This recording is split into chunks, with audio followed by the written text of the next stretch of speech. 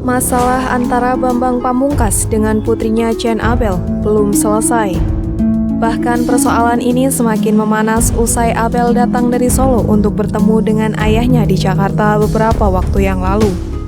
Abel ungkap kedatangannya itu bertujuan untuk lebih dekat dengan sang ayah, terlebih mereka sudah lama tak bertemu. Akan tetapi, momen tersebut justru membuat ia terluka.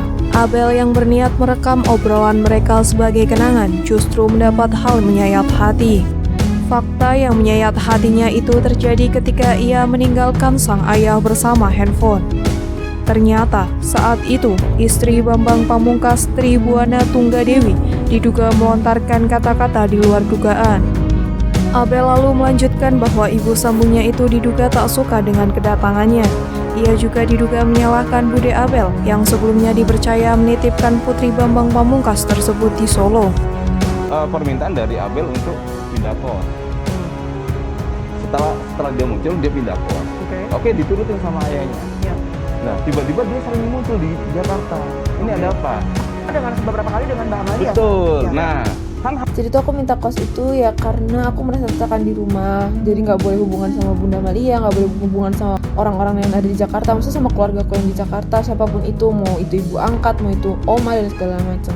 Jadi tuh aku kemarin lah sampai dibilangin, kamu tuh kenapa susah banget dibilangin, kenapa kamu tuh bandel, kenapa kamu tuh maunya apa segala macam, sampai di titik terendah aku sampai yang pulang ke rumah aja kayak males banget, kayak pengennya tuh di luar, nggak pulang, pengennya nginep di rumah orang tapi nggak boleh, terus nanti dicariin apa segala macam ya gitu, sampai aku akhirnya kabur ke Jakarta. Terus aku bilang sama ayah kalau aku mau ngekos, kalau aku nggak ngekos aku nggak bakal balik ke Solo, aku bilang gitu karena emang bener-bener tertekan banget di rumah Bude gitu. Ya sebenarnya nggak sepenuhnya salah Bude sih, semua salah ayah begitu Pak. Jadi emang pas aku kabur itu, di tengah-tengah kabur itu aku emang dimintain wawancara, dimintain interview. Cuma emang apa ya, aku kabur tuh memang aku nggak kuat sama tekanan di rumah Bude. Jadi nggak ada rencana kalau gue kabur nih, gue interview apa segala speak apa, nggak, bener-bener nggak ada sama sekali. Jadi tuh pure bener-bener aku kabur itu karena emang tekanan dari rumah. Terus aku pengennya ngekos aja, dan aku juga bilang kalau aku ngekos itu jaraknya deket banget sama rumah Bude. Jadi ketika memang ada waktu ya aku main gitu. Jadi dan kalau emang Bude pengen jenguk ke kos ya silahkan gitu, karena deket banget, itu cuma 2 menit jaraknya kayak jadi nggak ada rencana buat speak up dan apa segala macam. Minta izin untuk menikah, Oke, dan itu nggak ada. ya. Nah, khawatir dong sebagai ayah. Ini buat apa sih ini dokumen, ya kan? Apakah kemudian untuk perkara ini, ya kan? Nah itu menjadi khawatir Jadi aja dong. boleh kita highlight bahwa dari sebagai kuasa hukum dari Mas BP ingin menjelaskan bahwa dikeluarkannya Abel dari kakak keluarga Mas BP tidak ada hubungan sama sekali Nggak dengan ada. kemunculan Abel beberapa Nggak kali. ada. Kan ini masyarakat jadi menghubung-hubungkan karena beberapa Betul. kali Abel muncul bersama dengan Mbak Amalia. Nggak ada hubungannya sama Betul. sekali ya Mas? Dan Pak, kalau khawatir itu ditelepon, kalau khawatir itu dicariin, kalau khawatir ditanyain, bukan didiemin Pak. Didiemin bukannya tambah khawatir ya? Apa gue yang salah?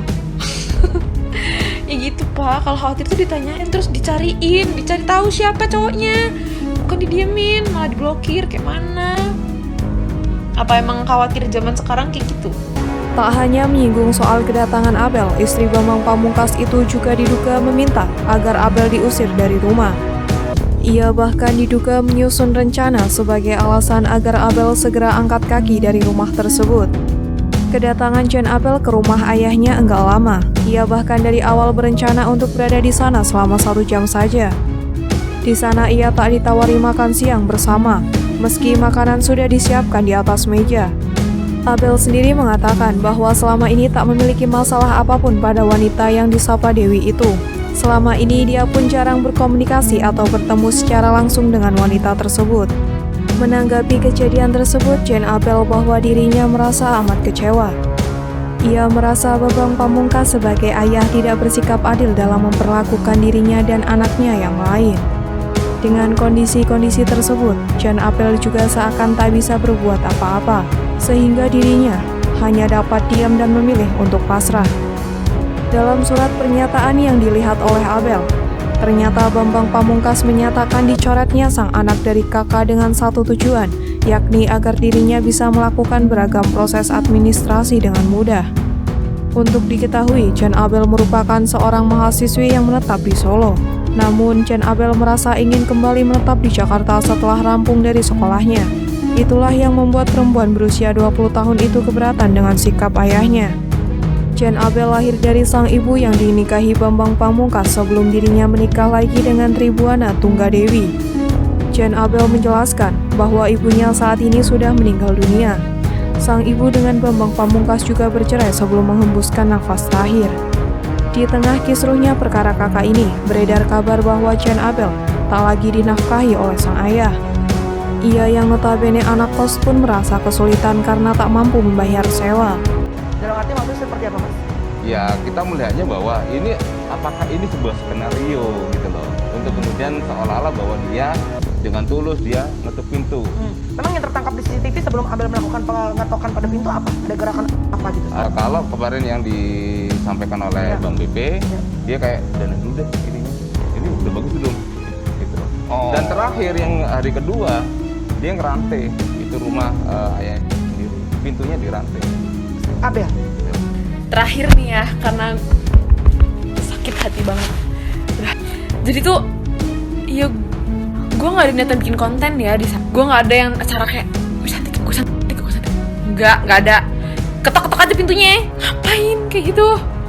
Dan gue bikin video itu memang untuk bukti ketika nanti misalnya gue kayak speak up gitu kan nggak ada yang tahu kan. Gue speak up terus gue ngomong, gue datang ke rumahnya tapi nggak dibukain pintunya. Terus nanti kalau tiba-tiba bapak lawyer bersilat lidah sama saya, bilang kalau nggak ada buktinya, kayak mana, Pak?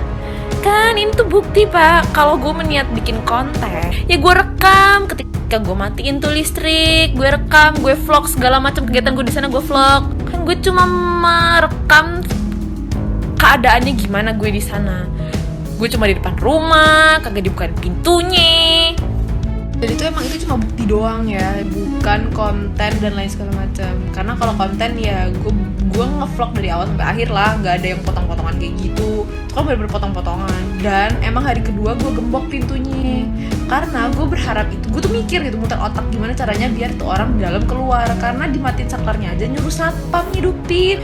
Nah, gue gembok deh tuh pintunya. Dan sampai sekarang nih, kuncinya gue bawa. Karena gue berharap bokap gue tuh telepon, tanya, ngomong kayak gimana, kayak pokoknya intinya ini pintu ayah tuh nggak dibukain, bawa kuncinya ke sini, tanggung jawab apa gimana gitu. Maksudnya ada kontak gitu loh ke gue. Tapi ternyata nihil guys, nggak ada kontak sama sekali, nggak ada telepon, nggak ada WA, nggak ada kabar. Mungkin digaji kali ya, apa diganti pintunya nggak tahu deh. Begitu Pak.